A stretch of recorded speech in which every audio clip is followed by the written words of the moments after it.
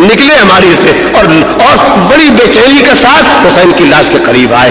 میرے لال، میرے فرزند، میرے بیٹے، میرے لگتے جگر، میرے قلب جگر، میرے قلب جگر، میرے نظر. ارے ظالموں نے تجھ پر رحم نہیں کیا، تجھے قتل کر ڈالا، تجھے پانی نہیں دیا، تو پانی مانگتا رہا اور تجھ پر رحم نہیں کیا. بہت بے چین ہو کے یہ بزرگ رو رہے تھے اور دوسرے بزرگ کو سہارا دے رہے تھے کہ ایک ہماری اور اتری، اس میں سے بیویاں ہی بیویاں نکلی. ایک بیوی ان سب کے بیچ میں بہت بے چین تھی، جن کو ساری بیویاں لائیں اور لانے کے بعد وہاں کھڑا کیا جہاں حسین کی لاش تھی. تو یہ کہتا ہے ان کی زبان سے ذکر نکلا کہ میں نے سب کو پہچان لیا. ایک مرتبہ لاش کو بیوی نے دیکھا اور پھر رسول کو دیکھا اور کہا بابا آپ نے دیکھا آپ کی امت نے میرے باپ کے ساتھ، میرے بیٹے کے ساتھ کیسا سلوک کیا ہے، آپ کے بچے کے ساتھ کیسا سلوک کیا ہے. تو اس کے بعد فاطمہ نے رونا شروع کیا. رسول اللہ نے تسلی دینا شروع کی. سیعلم الذین ظلموا ای منقلب ینقلبون. کریم ہمارے علم و عرفان میں